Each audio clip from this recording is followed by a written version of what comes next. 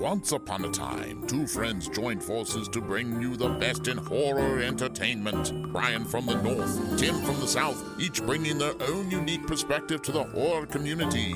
Movie reviews, Blu-ray releases, beer pairings, games, and more. Welcome to your new home for horror. This is Civil Gore. Hey there, everybody. Welcome to episode 141 of the Civil Gore podcast. I'm your host, Tim. And this is Brian. And if we sound a little different today, it's because we are doing a rare Sunday morning recording session here. So we have cups of coffee instead of beers, and a spot of coffee will do you good. Yes, a spot of coffee always does Tim's no good. But yeah, so we basically, this one is going to be a quick turnaround here. So there could be some mistakes, there could be fun. It's almost like a raw episode.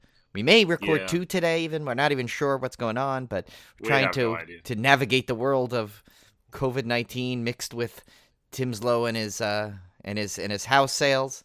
So it's very exciting. The exciting part is Tim's house, obviously not the coronavirus. I want to make that clear, as I worded that kind of odd. But see, that's what you get when you record Sunday morning. We're a little tired.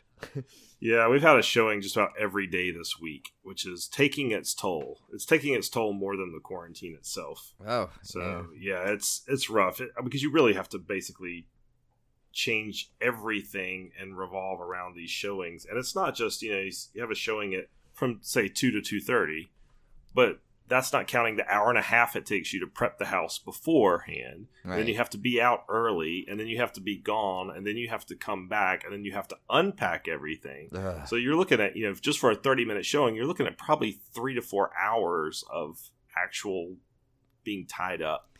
Now, this guy couldn't have, said, okay, we're only showing this from this 6-hour block on this day.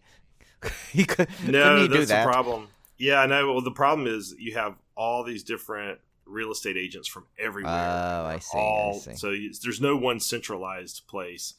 But he is doing. We're doing another open house today, a virtual open house today. So hopefully we'll get a lot of publicity out there for all the agents. So yeah, it's coming along. We're getting a lot of interest. We've had 12 showings so far in just a matter of a couple weeks. So.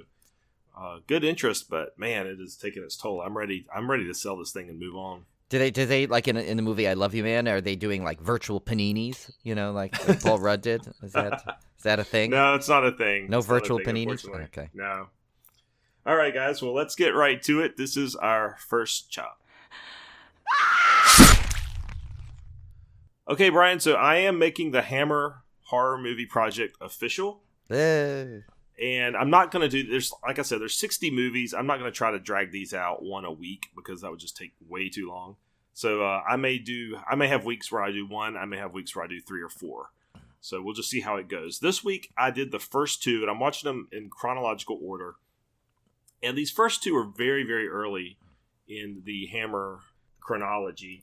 And they are arguably not quite horror. The first one is The Phantom Ship. And The Phantom Ship also came out under a different title, I believe, in the U.S., where it was called something about the Mystery of the Mary Celeste. And you're probably familiar with the Mary Celeste legend. It's probably the most famous sea legend, in which the ship Mary Celeste was found adrift with nobody on board and no real signs of why everybody disappeared. And there's been various theories as to what happened on that ship, but it's never been fully determined what happened to the crew. And the Phantom Ship basically postulates what might have happened to the crew. And the neat thing about this one, this is 1935, by the way. This one stars our favorite horror film actor, Bela Lugosi. Oh, or Tim's logic professor. Yes.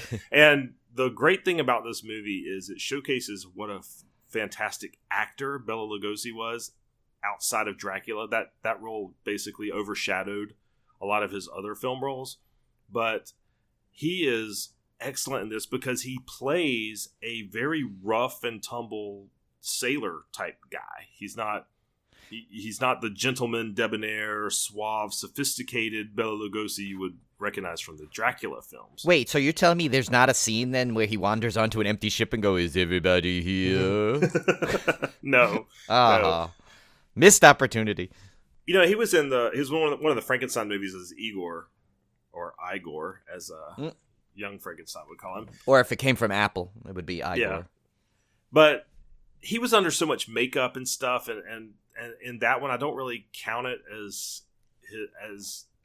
him being in a role that's not really like his Dracula role. This one, he's not under makeup and stuff, so it's kind of neat to see him just naturally playing a character that you wouldn't expect to see him play, which is like this rough and tumble ship captain.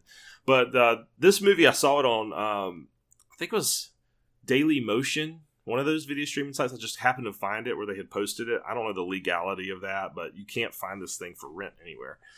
So I watched it on that, and the video quality and sound quality is fortunately very poor. So most of the movie was sort of like this. Oh, no.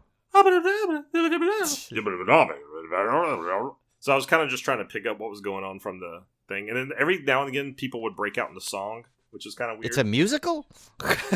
Not really, but sailors would sing sea shanties out of the blue. But basically, this movie is about, this ship is cursed from the beginning. It has 13 crew members, which is bad luck. Somebody brings a black cat aboard, which is bad. My God. Yeah. There's a woman on board, which is bad news. Is there a redhead? Because remember, I learned that from apparently in that one movie that KK Sam did with the redheads on a ship are bad luck too. Oh, I don't know. This was black and white, so she might have been redhead. I don't know. Well, that's the problem. You know, when you're living in black and white, you can't tell the redheads, and you accidentally invite them on board. You know.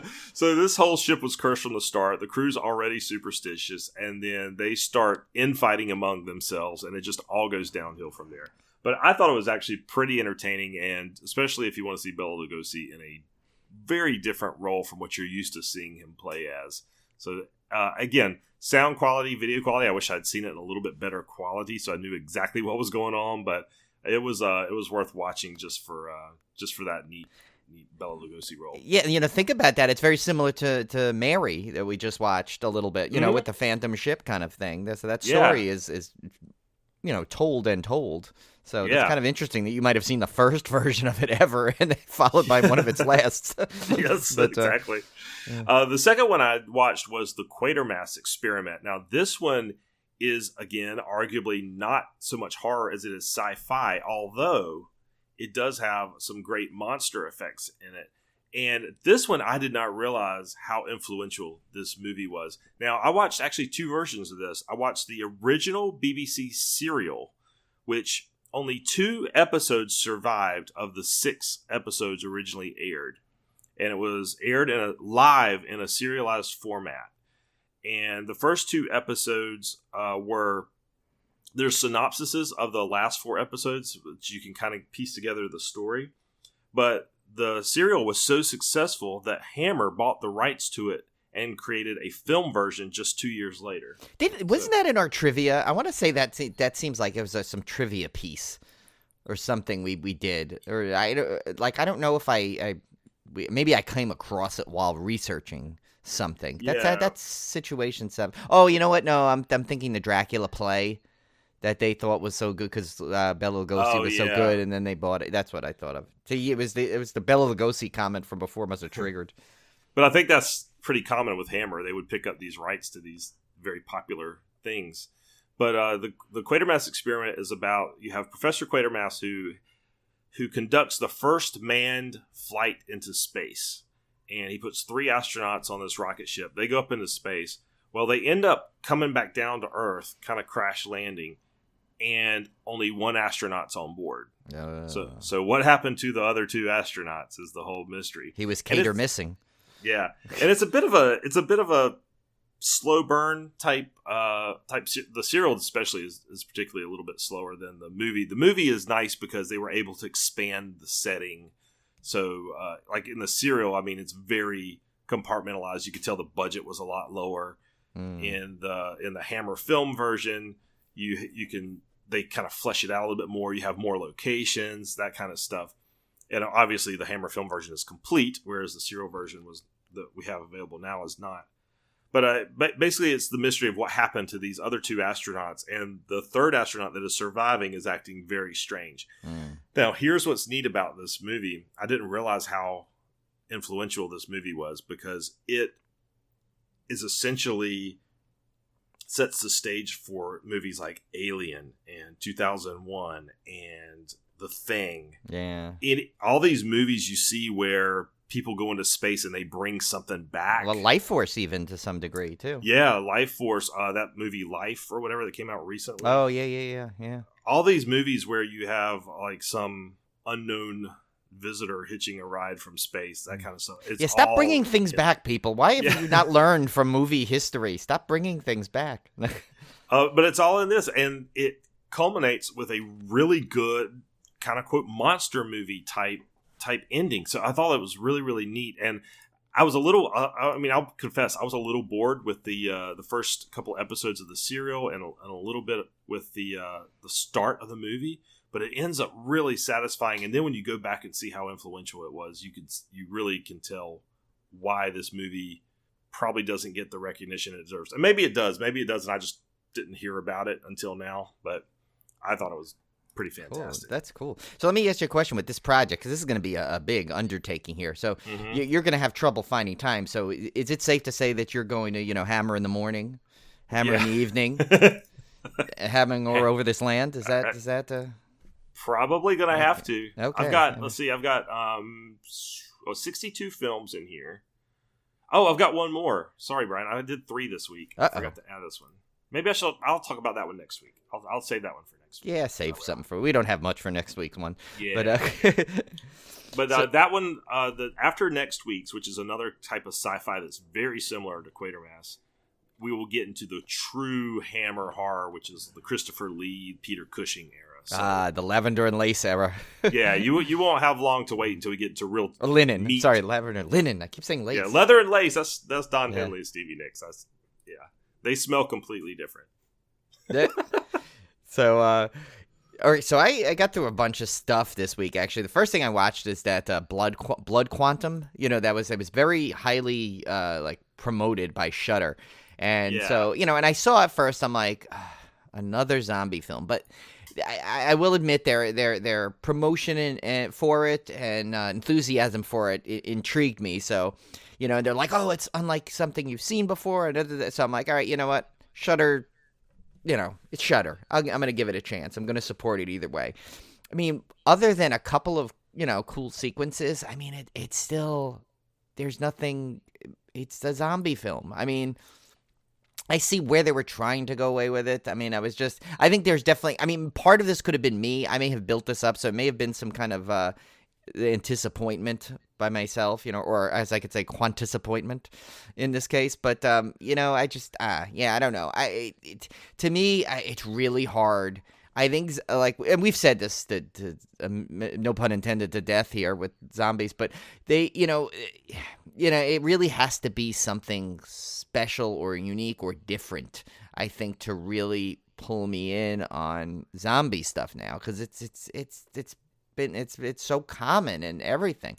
But if you like zombie films, this is definitely a good one. And I'm not trying to say that the film itself was bad. It's just, to me, it's like, I don't know. I had trouble holding interest through another zombie film. Although I'll tell you, it starts off really good and kind of ends really well, but just I think in the middle it was, I don't know. Now, this one's the one about Native Americans. Yeah, which that part was cool about it, because that was the one unique take on it. I thought that was good, is that something in their bloodline was immune to it, and I like that kind of take on it. That it was, but they felt that was only, once things oh my God, what's the word? Not modified, but mutated, that their time would come, kind of thing. So there's that going on. They're kind of thinking it. It's I don't know. I think there could have been more with that. Like, I think I would have done more with it. But I mean, like I said, it's definitely. I mean, it's on Shudder, so it's worth watching it because it's on Shudder. You're not paying for it. And, there are some cool things to it. So it's like, and if you like zombie films, you'll probably love it. I just think I'm tired of zombie films to me. Yeah. So that's where it is. So don't, take that as what it is. Like, it's, a lot of it, like, the effects are really well done. I will say that. The effects are really well done. And, some of the little nuances in it are good, but, like I said, if you like zombie films, check it out. If you're tired of the zombie films, I don't think you may not find what you're looking for to kind of pull you out of that in this. But next thing I watched, another thing I found on Shudder, which is the SIREN, which is basically it's about a guy who shows up. He's mute, and he shows up to like this little tiny lake house, which I gotta say looks so cool to rent. It's like this little Airbnb kind of deal, like right literally on a lake. It's like out on like some kind of like dock, but like not a wood dock, like almost like a ceramic dock kind of thing. And then a little mini house is like right on it, so it's cool. It's almost like something you'd see on Facebook, like with those like tiny bungalows. House living. Yeah, but like it's like that. And so basically he goes, he shows up there and he meets this mysterious young woman who seems to be always swimming and stuff. But while that's going on, he encounters this neighbor who has lost his husband to something in the lake. There's basically, so this lake has a history, which kind of reminded me of the whole tale of Lake Ronkonkoma that I told back in like one of our first episodes when we did that first mini-sode. So you can go back and look that up, where it's like basically people are mysteriously disappearing in that lake and they don't know what it is. So you can imagine where this is going. I'm not going to go into full details, but it's really good haunting love story going on in there, which is really cool. And I thought it was really well done. The performances are incredible. So I think that one is definitely a high recommend on Shudder. It's it's slow moving, but it's like it's just done so well that it kind of pulls you in, and it's not that long. So I think it's only like 80 something minutes. So but it's definitely really good. So I definitely recommend that one. And I know you said you wanted to see that, Tim. So. Yeah, because I love any kind of aquatic horror. You guys know I love anything with mermaids or sirens and stuff like that. So right. I really want to see that one. Yeah, no, so I think you'll really, really enjoy this one. Then I rewatched, based off of KK Sam's. I hadn't seen this in a while, and their episode was so funny on it, so I rewatched Slumber Party Massacre. It's so funny how 80s that movie is, and how it is. Oh my God, how dated it is, and how hilarious, and it's stuff that you'd never get away with nowadays. So, and I'm just watching it, and I'm like, and part of me is like, I was going to be saying, oh my God, I can't believe and then I realized, I'm like, wait a minute, no, this was the 80s. This thing is very, it's so iconic for its time, and if you go back and you put your mindset in the 80s, this thing was like the perfect type of horror movie for the 80s.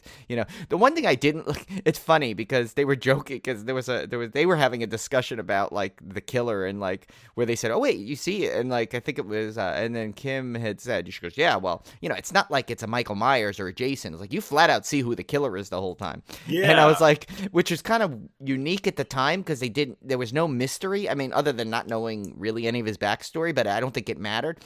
But he kind of annoyed me. I think his face throughout the thing, his facial expressions kind of annoyed me, which now could be part of the reason why a lot of movies opted for you don't see the killer so outright, because then you get there's a little bit of a distraction if you think about it. Yeah, I thought he wasn't that. He just looked like a regular guy. Yeah. Like, he looks like a guy that would annoy me if I saw him on the street, because he's like grumpy, like that's what I'm thinking of. So it's like, and I'm like, this guy's not like, other than having a drill, he seems like he should have been overpowered a lot easier than it took. Kind of. I just didn't find him very scary at all. It was just, other than the fact that he's killing people, but it's like kind of takes the mystery out of it. No, yeah, and that's the funny, and that's the thing that a lot of people are not to bring it back to the whole the coronavirus thing, but that's a lot of people what they're saying why it's disorienting when everyone's wearing masks now, because you only see their eyes, you don't see their smile. So you're like, I think EB said it on Coaster Radio a couple episodes back, where he's like, I don't like not being able to see people smile or smile at them, so you see everyone's glaring at each other's eyes and looking. I mean, granted, like Julie had said, well, you can smile with your eyes, and yes, of course you can, but like at the same, just as you can be sinister with your eyes, but it's kind of awkward when you're looking at people with no like what are gonna be like, can you imagine like now the criminal lineups, or they're gonna be, everyone's just gonna be they're gonna, well, describe the perpetrator, well, he had eyes, and a mask. Yeah. You know, that's where we're gonna be, and like, so it's kind of weird. So, but the mask does add an element, and I think you know, it's there's no secret why. If you think about it, almost all the iconic horror people had a mask or some kind of discerning face quality. Like Freddy, obviously, was burnt, and he had had the knives finger on knives, his gloves. Yeah, so it's like, you know, you had the gloves. So but his face was burnt and charred and unrecognizable to a human face. So that it really is a difference. It's funny when you watch a movie like that, you know, and of course it went through every 80s horror trope you could imagine in that, from the phone cord being cut, from I'm going to go outside and look, and we're going to just keep changing clothes and be in all skimpy outfits, and, you know, and stuff like that. No modesty whatsoever, you know. It's like the perfect, like, generic 80s slasher. Like, if you were going to, like, have an AI write a generic 80s slasher, that's probably what it would come out with. Exactly. It totally would come out. I mean, it has all the things there, all the boxes checked for that, except mask for the killer, I guess. And then the final thing I watched, this was funny. This was when Tim and I were trying to decide what to do for next week's movie. I came across anything that says Amityville, obviously, because based on living in Amityville and growing up on Long Island, you know, kind of piques my interest a bit. And I saw one called, which I just thought was funny, the Amityville Terror. No longer is it horror. This is just terror now. So I gave this one a whirl. And one of the reasons why I actually decided to watch it was because actually one of the actresses that I guess, I don't know if she follows us or we ended up following. I know somehow like shows up on our feeds a lot, social media feeds. Christy St. John, she was in it, and I recognized someone. I'm like, oh, okay, that she looks familiar. Maybe I'll give it a watch. And I have to say, she was probably one of the bright spots in it. And actually, the performances overall were not bad. So that kind of like, but here's my biggest gripe about Amityville films. Okay. The original movie was, there's the basis for it, you know? It was on Amityville, Long Island. We know the story with the DeFeos and then the Lutzes and all that. There's an actual history. Mm-hmm. So, and I know there have been tons of sequels that have slapped the Amityville name on it, but somehow at least relate to the original story. This one, forget it. This one literally just stole the Amityville name.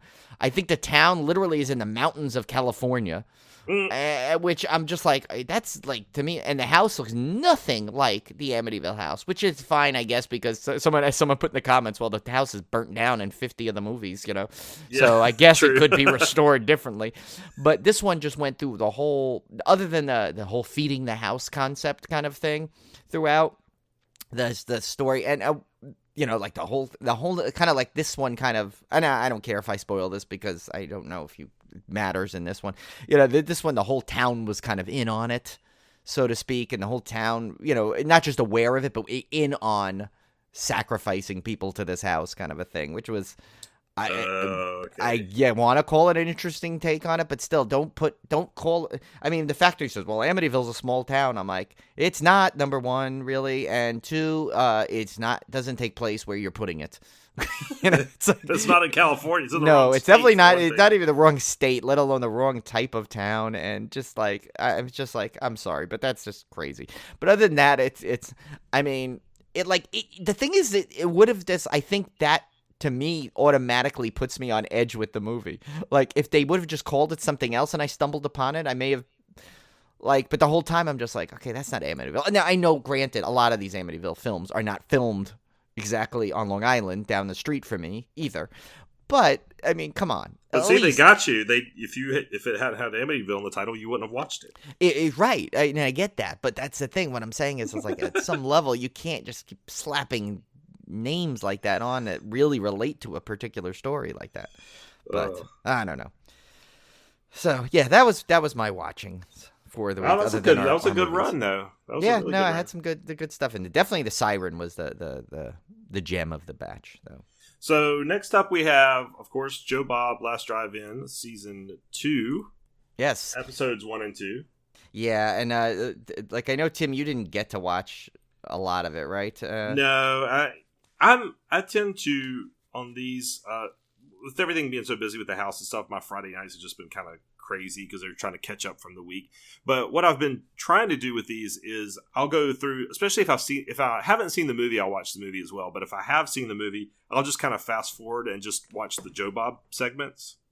Oh yeah, the interstitials. As he puts So it. that way I can kind of get the flavor of it and don't have to sit through the entire movie again if I've already seen it multiple times. Like Chopping Mall, which I'd seen so many times, I don't really need to see it again. But it was great because like Kelly Maroney was tweeting along with it and Barbara Crampton was, so it was actually a fun, like that one was a good fun tweet along because especially because that was a good way to start. I think though the season 2 on a familiar movie that like is so easy to just like fun tweet along and stuff. So yeah, so the first one was that and Bloodsucking Freaks, and of course they now doing a new thing this year where they're having a guest on, so they had Chris Jericho come on, and because that's his favorite movie is Bloodsucking Freaks, and you had Kelly Maroney come on in the beginning as a surprise guest. So you had 2 amazing guests for season 1, and of course we had Kelly on, and she's just a delight.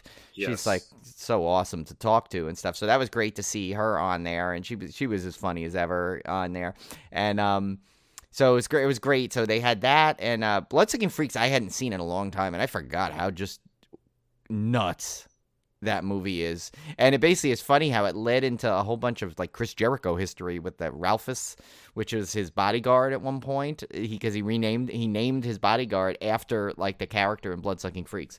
So yeah, that is a movie that just I can't imagine ever being remotely being made today. But yeah, so that was a good start. And then second week they had another classic, which was Maniac for the first one, and they of course had Tom Savini come on as a guest. I mean, that's cool. That's like horror elite right there with Tom Savini. And then they followed off with Heathers, and when Heathers came on, that was the day I was really struggling with sinus issues. My allergies and sinus have been off the chart, and it's tough because we have rain, then sun, and rain and sun, and we try and keep the window open, and then when it breezes, the pollen and then the dust and everything just comes, and it's like, so that night was tough. So by like I'd say about a half hour into Heathers, I had to call it, just because of I had seen it so many times, and I'm just struggling to focus with my headache, so I kind of called it. But I'll go back and probably watch the interstitials as well.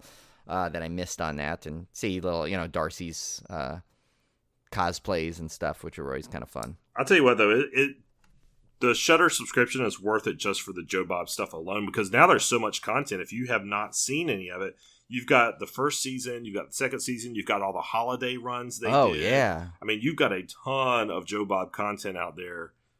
Even if you just signed up for a month, you could probably stay busy. Yeah, I mean, no joke, you have days of it, because he had the 24-hour marathon, and then he had, and then plus he had the each last drive-in thing. You literally, if you watch through with the movies and all, you end up getting from like you literally start at 9 o'clock and this thing ends sometimes at 2:30 in the morning. Mm-hmm. So I mean, you have a long time. So I mean, you have days and days of content if you want to go back and just Joe Bob it up. So the next thing, Tim, I saw was, I don't know if you saw this, but that Atmosphere X thing, Atmos FX thing. So they have a great thing. They're taking advantage of all the Zoom users. So if you go on their site, which is www.atmosfx.com, sign up for their newsletter. They will send you a free Zoom background of one of their cool projection things. Like, remember that zombie one where it looks like they're kind of coming through the wall? Yeah. That's one of them. And then they have, so you could either use that to get a free one of those or $5 off a pack. And the horror pack one with the zombies in it happens to be $9.99 for 3 of them. So for $5, essentially, you'll get 3 Zoom backgrounds if you want to really spice up and horror up your Zoom meetings, start surprising people, which I think I'm definitely going to do. I was deciding, I said, you know what, let me throw $5 their way and I'll get the 3-pack, and then it'll be fun to do on my next Zoom session. I'll just have zombies come out behind me, and there's one where ghosts are flying around, and I mean, that's just a cool thing. And I always say I'm going to buy that projection system just to have it because it's cool.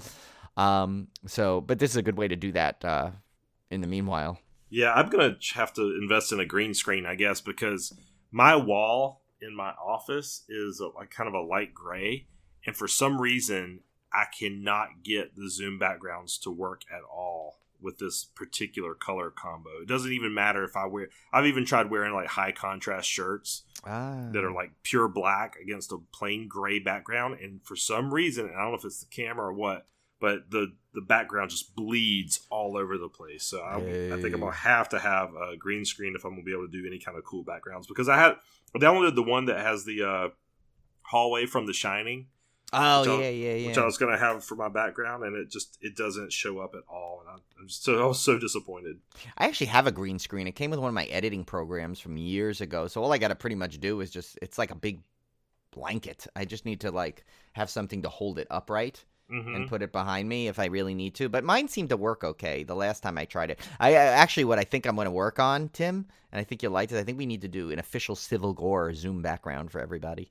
They could have. That would be cool. I don't know what it'd be, if it would be just us kind of like hanging around or just I don't know. We just or you do the video backgrounds. We just kind of randomly just slowly walk behind you. Yeah, or maybe we'll just imitate like the John Travolta kind of thing and just like look like don't know where we're going and stuff. I still think, by the way, every time I see those, it cracks me up. But I think my favorite of all time of those is the one where he's in the Avengers shot. When they do that famous like circle shot of the Avengers assembling in the first movie, and he's put in the middle, just doing his his confusion. That meme never gets old. Never gets old. Ever. And now that I found the meme generator to do it, forget it. God help everybody.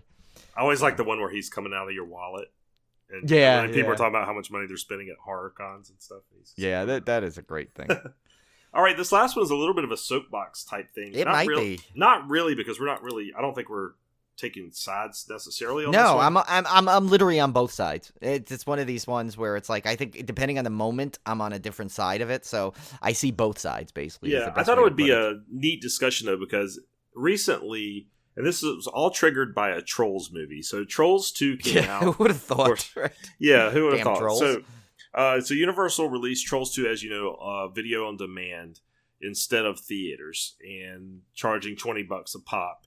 And it was hugely successful. They made more off of the Trolls 2 on demand at $20 than they did the entire run of the first Trolls movie. 5 months in the theaters. That is crazy. So think about that. You can imagine Universal looks at this and goes, wow, this is a really good business model. We may do this even after theaters open up. So Universal threatened, they basically just came out and said, yeah, not necessarily every movie, but some of our movies we may release both in the theater and video on demand day and date. And of course, the theaters, namely AMC and Regal, were up in arms because the only real advantage they have over people watching movies in their home is the exclusivity window in which they can get a movie first. And, if you want to see the movie, you have to come to the theater. Otherwise, you're going to be waiting a few weeks. And we should point out that was they were already struggling because some people still didn't matter to them. They'd be like, why am I spending that much? I'm just going to go wait for it to come home. Right, so now Universal's basically kicking them while they're down and saying, hey, not only are we're just... There's been a kind of an agreement, maybe an unspoken agreement between theaters and studios that this exclusivity window exists and that they're going to follow it. Because if they don't follow it, the theater they're basically just completely losing money because who's going to go to the theater when they can just watch it from their house? I mean, I know there's cinephiles and stuff that want to see it on the big screen and stuff, but the mainstream movie public doesn't care. Well, no, and think about it, yes, I would for Star Wars movies, to me that is I love, I'll see it 7, 8 times in the theater because to me I love the crowd reaction, I love the excitement. That's how I grew up with Star Wars, was seeing it in the movie theaters and all that stuff. So there's a bit of a nostalgia for me on that. Great seeing big budget special effects movies out there, but think of right now it always sometimes will take something to expose a weak business model or plan to begin with, right? So now you have just think of people that are struggling financially because of this now, but yet they find out that, hey, you know what?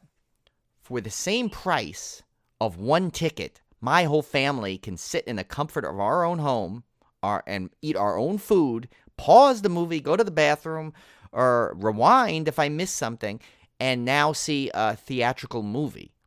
That is going, what kind of draw does the theater now have other than that, like Tim said, that exclusivity window? That's really all they clung to. But when you have just one thing that you're clinging to, it's just all it takes is for something to possibly, that could disrupt that everything breaks down. But at the same time, right now, nobody is making, Universal isn't making money if they just sit back and just wait until the theaters reopen also. So you have to look on their side. They have to do something. They're making money too. They need to make money also. Yeah. Now, I did read a updated article, which was kind of interesting. It came out a couple days ago, that was basically projecting what the end of this war, quote unquote war, between AMC, Regal, Universal looks like. And I will say Regal has come out and said, unlike AMC, they would not boycott all Universal movies, only the ones that came out on VOD. Well, that makes sense because it probably saves them money in the end because they're buying a movie that probably everyone will just watch at home. Right, yeah. So Regal took a little bit of a softer stance. But I read a great article, and it was an opinion piece by a guy who was looking at this, and he said this is basically a lopsided war because he posited that Universal has no leg to stand on in this war because they absolutely need theatrical distribution. And a theater chain saying, I'm not going to show your movie, Universal absolutely can't go along with that. So he felt like the theater chains hold all the cards in this fight and that eventually Universal will back down from this and will respect the release windows. But do they have a no leg to stand on? See, I think, yes, while I see why they would think that, but things have changed and things were heading a different way to begin with streaming and VOD being so popular and such an easy way to the fact that you could literally just imagine what a scenario that could take place where you could literally watch on your phone the movie you're about to see in the theater. It's like at that case. So it's like, so it was like, where would, but I mean, that's the thing. It's like, I think theaters, I mean, that while that makes says Universal, but if Universal just proved to you that like, hey, we just released Trolls at home. I mean, granted, there's no competition of going to theaters, but I think once these theaters open, I don't think it's like going to be like a flipping a switch and now everyone's going to go flooding back into theaters. One, they can't because they're going to have to minimize the restriction, and two, people are going to be hesitant. There are people there that are sometime that will not mentally recover from this so fast. Yeah. And not want to run back into, like, I mean, I know we're, like, for example, let's put it into our favorite thing is all, our group of theme parks, right? It's like we are all dying to go ride on a roller coaster and are like waiting with bated breath to hear some positive news of how a theme park can operate. But like even Tim and I were discussing with Halloween Horror Nights, if as of now that event is going on, but if it goes on and it can't be operating the way we're used to, is it worth going right back to it? Or do we wait a year until things can really calm down and hopefully there's a vaccine and hopefully things can go operating as close to what it was in the past? Now, granted, obviously things were heading in virtual queues anyway. That was on its way before this. And I think we'll be accelerated now. Yeah, it'll be accelerated. So if there's a positive spin on this, I think overall, when this is all said and done, a lot of things will be way more efficient than they used to be. But that's the thing. So it's like, for that, I mean, while I appreciate that guy's opinion on it, I don't think it's so cut and dry because I think a lot of people, especially the longer this goes and more people feel the norm becoming watching movies at home, I think it will take, like you said, the average person will rather just buy it at home if they could save $60, like in your case. So I was thinking, why not do things what like these small restaurants and bars are doing while they can't have guests? They're doing these virtual like happy hour kits where you go show up at this bar, you buy drinks to go and food to go and bring home, and then you go on. Well, so if you incorporate that into the movie world, this is what of course you would need conversations and agreements between the theaters and the studios again. But let's say, like Universal says, we're going to release the new Halloween Kills.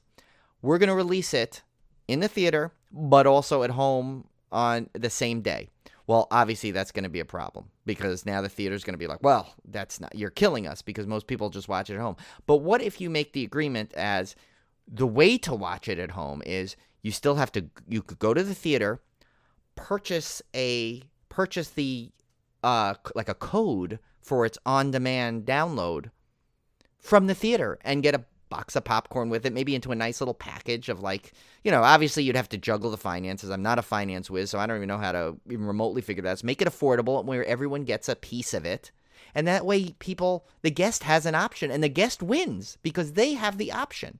But also the two sides win a little bit because, so even if they're showing it on demand at your home, the theaters are getting a slight cut of it because you're going to the theater to purchase a piece. Yeah, or even if the code, if you don't even include the popcorn or whatever, if you somehow could let the theater have a slice of the digital distribution somehow. I don't know how that would work because there's so many different theater chains, but maybe it would be based on your zip code or whatever. I don't know. Yeah, like that's the thing. Like I'm not trying to figure out the logistics. I'm just trying to figure out like ways that because I mean, really, this is like with all that's going on in the world, do we really need like companies fighting over something that's supposed to bring joy to everybody? Like, like I said, I'm on both sides. I see both sides. I'm not picking one over the other, really. I mean, I think it really depends for me on the movie and how I feel once theaters release. It's going to be interesting to see how it plays out. It's interesting that Trolls 2 is the movie that's going to define cinema for years to come. I know, that'll be in the IMDb trivia. What brought down the entire movie theater and thought feuds? Trolls 2? Or what is it? Is it 2? Is it 3? I don't even know. It's Trolls 2, yeah. Trolls World Tour. The Trolls Chipwrecked? I don't know. Oh, no, that's the other one. So, the movie of the week this week, we did one that just came out on Shudder called 0.0 MHZ. This was from last year, and get ready for me to butcher a bunch of Korean names. So here we go. Oh, were we going to swap? We're going to say we were going to alternate to help? Yes, we'll alternate. Okay, I'll take poor Tim's not struggling the whole time. So, we have director Sun Dong-yu. Okay, and it's so here's the starring. It's starring Yoon Young Choi as Yoon Jung, Shin Ju Hwan as Han Seok, Yoon Ji Jung as So Hee, Wan Chang Young as Tai Su, Sung Yo Lee as Sang Yob, Young Hee Nam as So Hee's grandmother, and Myung Shin Park as So Hee's mother. So hopefully we got that as close as can be. It's hard because a lot of this movie involves the names being screamed. Yes. So there's no real, you can't go by the movie as a guide. Yeah, so I apologize, and we definitely are not trying to offend or make fun of light of it at all. This is just, I'm sorry, this is what IMDb puts out. We're trying to read it the way they put it. So the synopsis here is very simple and doesn't really speak to the movie much. Members of a supernatural exploration club go into a haunted house. And we're not going to give any spoilers for this one because it just came out on Shudder. I want you guys to see it. And I do recommend you see it. I actually really enjoyed this one. And I was looking at the IMDb reviews were not very good. I don't get it. And I don't get it because I thought this movie was really well done. So the basic premise is this ghost club is the 0.0 MHz club, and the reason it's called that, as we find out in the movie, is because apparently, and I'm probably getting the quote-unquote science of this wrong, but 0.0 MHz is supposedly the frequency at which the soul leaves the body. So if you can somehow get your brain state at this 0.0 MHz frequency, you can see ghosts, essentially, or it's the framework to be able to communicate with the dead. So I guess that's I guess they're trying to put the science behind why some people are sensitive to it, and can see ghosts, and some people can't because I guess their body frequency, which is an interesting thing. And I mean, I know this horror trope has been done a lot, but as we'll get to a little bit, is that it's it's for some reason if it's done right, it seems fresh and really it doesn't seem like you've seen it before, which is kind of cool. Yeah, I like the fact they were trying to put some kind of scientific type spin on the supernatural. I thought it was kind of cool. Now, the village they go to investigate is really creepy. It's it reminded me, Brian, of, I couldn't help but think of this. There's actually a board game this reminds me of. There's a board game I own called Ghost Stories, and it's based off, not in this case not Korean, but I believe it's Japanese ghost tales. And in the game, it is cooperative. It's actually a really good game. But you have a village, which is made up of 9 tiles, and each tile does something different for you. And you have basically these Asian ghosts that are coming from all sides of the board that are trying to attack the village and haunt it. And you lose if a certain number of your village tiles get haunted. Oh, cool. And you're trying to battle these ghosts, working together cooperatively. It's a really, really good game, but But the village that these ghosts are attacking really reminded me of this movie. It kind of had that same feel, and I thought it was kind of neat when I was watching it. But it does have that very, very creepy Asian ghost vibe that you saw back in the early 2000s with The Grudge and The Ring and stuff. It kind of has that same kind of feel. The primary ghost in this one is called the Hair Ghost, I believe, and it was really, really a creepy looking legend. I know, I like that. It's such a simple name, the Hair Ghost. Yeah. But and at first I thought, oh, maybe that's just the way they translated it. But no, that's really what it was called, because based on its characteristic, it makes sense. But yeah, and it just shows how Asian horror films are done in such a good way and such better quality than we make here in the States. They really are. Because I don't know if it's I was trying to figure out why. I'm like, is it because, the way, like, what we expect in a horror movie, we expect a little bit of a cheesiness quality to it that our movies try and put in a horror film, whereas they go for the true, like, much more realistic, non-over-the-top reactions. I don't know. I don't know what it is per se, but like Train to Busan is the perfect example. That took a zombie movie and gave it such heart and drama to it in a way that just, there was like that just made it stand out so far above every other one. This did the same thing.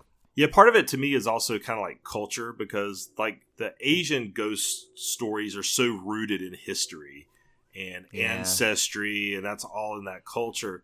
And so I think it lends it a little more, I don't know, like some kind of legitimacy. Like whenever I see like an American ghost movie, it always just seems kind of flat and generic. I don't know how to describe it, but we don't have the history that these countries do.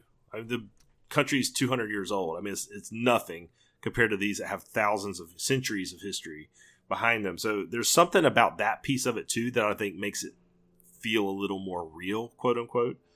So I don't know. That's a good point, Brian. But there is definitely a different feel to like an Asian ghost movie versus an American ghost movie. And the other thing I thought was kind of funny, that little observation, was how this movie kind of had some of the same tropes you see in American horror movies in terms of the character stereotypes. Yeah, because you had the funny guy. You had the really smart guy that's kind of the leader of the group. You had the hot girl that everybody wants to hook up with. I mean, you had some of the same like stereotypes you would see in an American horror movie were in this movie. You had the couple where like he has a cute little crush on the girl and he can't tell her, and like like that little budding romance goes on. And but it does have the same. But that's what I said. Like at the same time, while you can recognize all that, it doesn't feel like kind of a thing. And it like there was something about it that like really like pulled you in the whole time, because it was genuine creepy at spots. There were some really like creepy elements to this, and I think the whole like it revealed a lot of the stuff in a good way. And I don't want to go reveal what that is, because there is some sort of a twist in the movie later on towards the ending, which I obviously don't want to give away, so you can enjoy it. But it's just it does things in a way that like or just like makes you. It really does. It just takes a familiar thing, stuff you're used to, and like flips it to a point of where it almost like seems like it's the first time you're seeing it, which is it's hard to do when you've watched so many horror movies. Yet this one I thought succeeded in that. I just think this is really well done. Yeah, there was one thing that kind of surprised me was when the movie starts. Of course, you have the introduction of the club, and you have the first act is kind of the setup, obviously. And they go to the village and to do their experimentation. And I thought, that's where the whole movie would play out. And I thought that too. Oh my God, that's so funny. I was worried about saying it because I didn't know if that would like spoil anything, but you're right. Yeah. Yeah. In an American movie, that would be the movie. Like they go to the haunted place and then the whole movie plays out and then there's some big climax and that's the end of it. Whereas this movie, and again, I'm not giving anything away, but they don't just stay at the village. Like that's one piece of it. But then there's, it continues on and it expands outward from there. And I thought that was really cool because it subverted my expectations of. I thought this was a very confined film that everything takes place in this one little village, this one little house, and it doesn't. It kind of expands more than what you would normally find in like a mainstream American ghost movie. That's so funny you noticed that. Because it's exactly what I was thinking as I was watching that, and I was because mostly like this would like it almost like looks like you're gonna have like kind of like an Evil Dead type of deal where you head to this village and cabin kind of thing, and okay, here's where your movie now you set up, you're gonna stay here for the rest of the movie, and it doesn't, and which I think that's what's a really cool element to it. Like, just when you think that like certain things are going to happen, and it totally flips it the other way in this, and that's a really good point about this movie. So. Yeah, and I wanted to also mention that this movie, and I don't want to give away what genres it incorporates in terms of, I'm talking horror subgenres here, because I don't want to give away anything about the film, but suffice it to say, it is not just a ghost movie.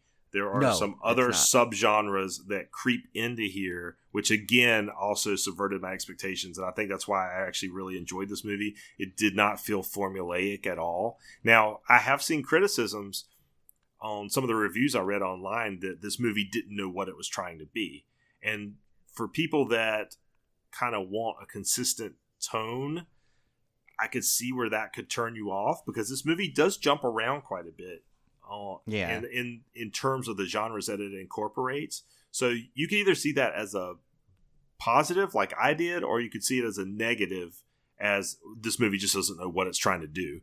And I could kind of see both sides of it. Personally, I didn't mind it because I felt that it made the movie unpredictable and kept me captivated.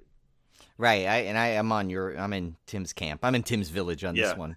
If we stick with the movie theme, I agree. I like that, and it was actually, and at first when it happened, I was actually taken aback when it kind of switched a little bit, and but like at the same time, I'm like, it's refreshing too, so that's good. It's like it's good that I didn't predict the entire movie. But and it's funny, I have to say one thing. So based on one of the characters, I said, well, I hope there is no US remake for this, because one, we've seen it a billion times done way poorly. I think Anna Taylor-Joy would have to play So-hee character, and that's the main girl. Because there was such a similarity with the way she was in this, and like in some of her roles, I'm like, oh my god, that's totally would have to be Anna Taylor-Joy. Yeah, that's a good point. I never thought about that. I bet there was kind of this familiarity to that character the whole time I was watching it. I mean, that might be exactly what I was thinking of in my mind. Yeah, like there was a little bit of her in multiple roles she does. That's the thing. And I think I don't know if it's her eyes, it was the expressions that So-hee had, but it was something with her where she was like, yeah, she instantly feels like, and we've not seen her in anything. I looked her up. There was nothing we would have seen her in. Yeah. So it's interesting. And it was actually based on a webcomic, this thing. So some people might be familiar with this storyline, and also if you're into the web series of it. But that's cool. But yeah, and there's really no trivia on it, so that's about it. yeah, and without giving much away, that's probably all we can say about it, other than final thoughts. I mean, I thought it was really super creepy. It was refreshing in terms of the fact that it wasn't predictable. It incorporates several different genres. And I was kind of pleased in that going in, I kind of expected the kind of tired Asian horror that I'm used to, like The Ring and The Grudge and stuff, which I'm still kind of burned out from 20 years later.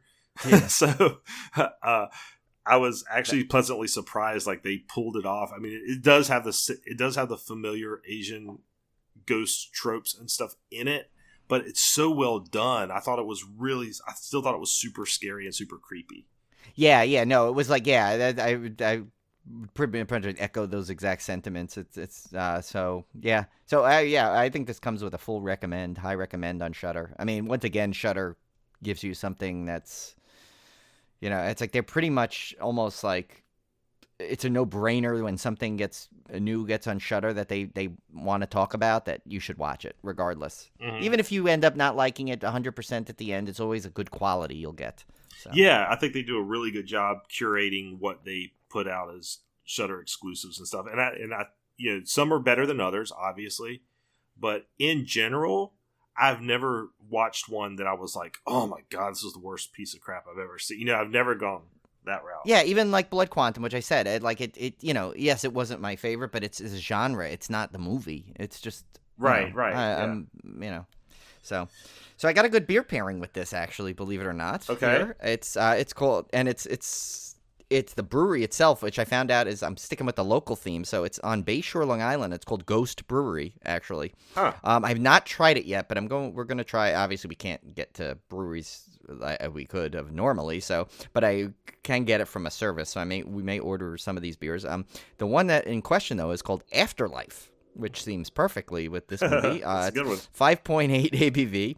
And listen to the description. This sounds like something that we would like, Tim. Especially Olivia, I think, too. It's aged on cocoa nibs and 3 different types of cherries. This beer has large amounts of oats, corn, and rye to make this modern twist on the traditional Golden Kentucky Common, leaving a cherry cola-like finish with more amber coloring. That sounds interesting. It sounds like it's almost like some porter qualities, but in an ale. So I don't know. That seems pretty interesting. I've never heard try of that one. Like that combo in an ale. It just seems so strange. Yeah, I think I need to try this though. I'll stop twisting my arm. I'll go try it. All right. Okay, so as you guys remember, last week we gave you a super softball for our triple threat.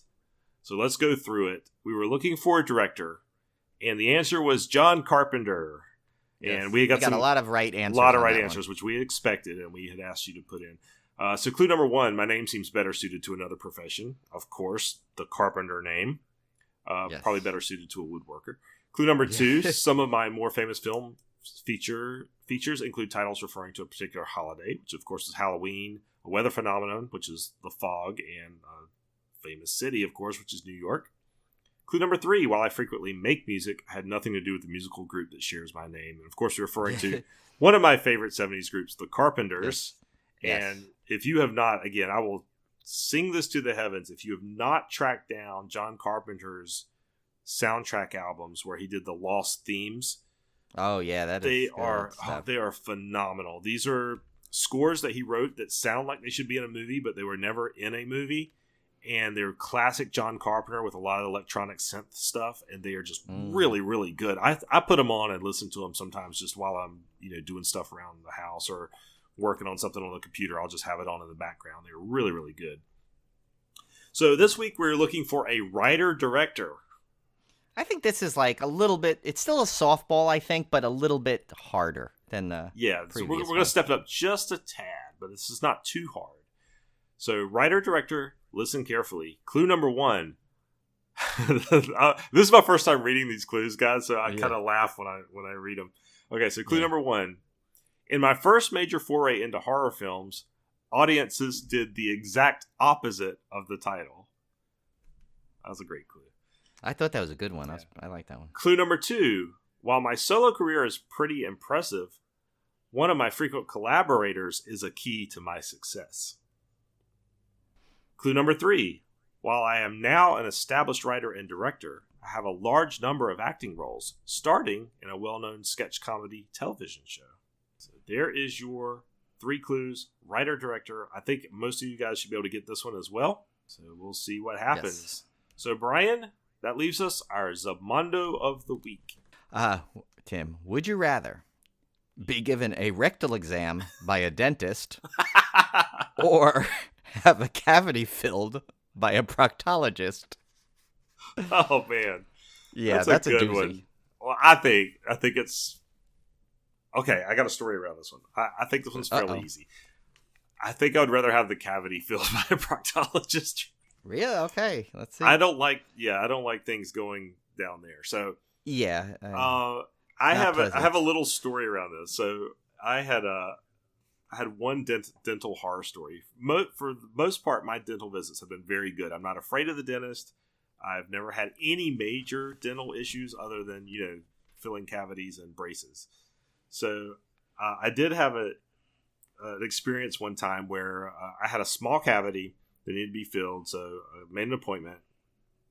And I get in there, and the dentist comes in, she gives me the Novocaine and everything, and I'm sitting there. And then, while I'm sitting in the chair, I'm already numbed up. I'm already, 20 minutes into this thing.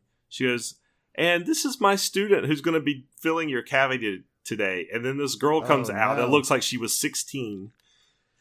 And she proceeds to start doing the the cavity filling, and I was not happy because when you go to the dentist, you expect the dentist is going to fill your tooth, not some intern, basically. Yeah. So anyway, it was a less than pleasant experience. I ended up, because I don't like to stir things up, so I wasn't one of those who's like, absolutely not. I'm not. I'm not that type of person. And get away from me, you young girl. And they have to, they have to do this at some point. They've got to do their residency. But but it was not a great experience at all. So I don't recommend that. So this proctologist filling my cavity may also be a pretty bad experience, but I don't know. I don't know if I don't want anybody to do a rectal exam on me. Even a proctologist. Well, so here's the thing, right? So I'm thinking of kind of the opposite way of this. My OCD is like cringing. Now, I've had, like, I'm sure we've all, any adult male has had their prostate examined, and it's not exactly a pleasant experience because it's not like it's there's a little bit of moving around and pressure, and it's not exactly fun. But here's the thing. So this is what I'm thinking. Okay, what a proctologist has their hand. Now, granted, it's gloved, but still. I'm thinking, like, what if he just forgets and goes right from his one proctology appointment to now putting his hands in my mouth? No. Well, remember, as Kevin Smith said, you don't go ass to mouth. But okay, we just blew our sensors off there. Yeah. That's every time we put that warning. So much for me labeling episode. this G-rated on iTunes. Yeah, this one. But all kidding aside, that was a Kevin Smith joke, not ours. But anyway, but think about it, right? So. That's where I'm going with it. Like, I'm like, oh my God. And I always feel bad. Like, I literally feel bad for the doctors when I get a physical and they have to do that. Yeah, I know they wear gloves. I know they wash their hands a million times. But in my head now, I'm just like, okay, that guy, like, I'm thinking, like, if that his finger went, where it went. And even though he had a glove and even though he washed his hand, now he's eating his lunch, and like, So that's where my mind goes because I'm a crazy OCD person. But, and so that's why I think I would rather have for some reason, the rectal exam by a dentist, because I assume that, like, there's only so much they could screw up. I don't know. I'm probably being very naive with it all, but they could probably do way more damage. That thought actually is what I was having, because I'm almost about to change my mind midstream. Because when you said that, there is probably less damage they can do down there. A dentist can probably do less damage down there than a proctologist could do drilling in your mouth. He could literally crack your tooth or break it. So I may have to change my answer. As much as I don't want to have that exam done, period, I think I might have to change my answer because just looking at long-term damage potential. Yeah, and just, there's just so many things, and I have a feeling like you could probably learn proctology much faster than you, and I'm probably like insulting but dental, people go to, I don't know how long you have to go to school for proctology. I assume it's the normal medical thing, but for that focus, I don't know how long you do, but I know working when I worked at a company that did dental products, and so I knew a lot of dentists and people that going through, there's a lot, like, I've seen these drills up close, and I know you need to get a lot of training to figure out these things. So it's like, it's a lot more technical procedure, I think. You could probably, I feel safer with just learning what to do with a finger than or two than I would a massive metal vibrating drill. Yeah, I don't know. Yeah, you bring up a good point. Yeah, so here's and obviously there's the little fact things. We'll finish strong with this one. It says, so in Leeds, England, 26-year-old store clerk Walter Hollis was so afraid of dentists that in 1979 he asked a coworker to cure his toothache by punching him in the jaw. The punch knocked Hollis off his feet to the floor, where he cracked his skull and soon died from his injury. So that's what fear of a dentist could do to you. But here's we're going to finish off on a little joke for you, Tim. Are you ready? Yes. Okay. A doctor goes in to cash a check at his local grocery store and pulls a rectal thermometer out of his pocket to sign the check. Quite embarrassed, he says, well, now that's just great. Some asshole has my pen. I like that one. I thought it was good. It's got puns in there. It's got everything. Yeah. It's got everything for Tim and I. So... yeah, that was definitely the most interesting way Civil Gore episode probably has ever ended. Yeah. But that's what Zamando does. Yeah. I'm just glad we didn't use that for one when we have our guests do the Zamando. That would be mortifying one to have picked. Yeah. what is that joke or something? Punchline is it all turned out all right in the end or something? So, yeah. So yeah, I guess. Yeah. So next week, guys, we are doing a classic. We thought it was kind of time to change it up and do an older film, and this one is really great. I watched it again this morning just for fun. I've seen it before, but just to refresh my memory. And it's a rare TV movie, no less. Yeah, Dead of Night. But this is not the older one that I talk about as one of my favorite anthologies of all time. This is the 1977 version, Dead of Night. Stories by Richard Matheson, who is fantastic, who did the trilogy of terror anthologies. Yes. And you're going to really like this one. I'm looking forward to the discussion on this one as well. So I loved watching that. So we gave you a rare week ahead preview. That's not a slaycation or something. So yeah, so if you want to get prepped for next week's episode, go check that out on Shudder and Prime. It's actually on Prime too. And it's also super short. It's like 73 minutes, so you can just knock it out. Easy watch to do. It's really good. It's very like you're watching extended Twilight Zones essentially. So it's really good. All right, guys. So we'll see you back here next week. Don't go traipsing around in any Korean haunted villages. Yeah, that's not a good sign, especially with a dentist and a proctologist in tow. There, I'll tie it in for you, too.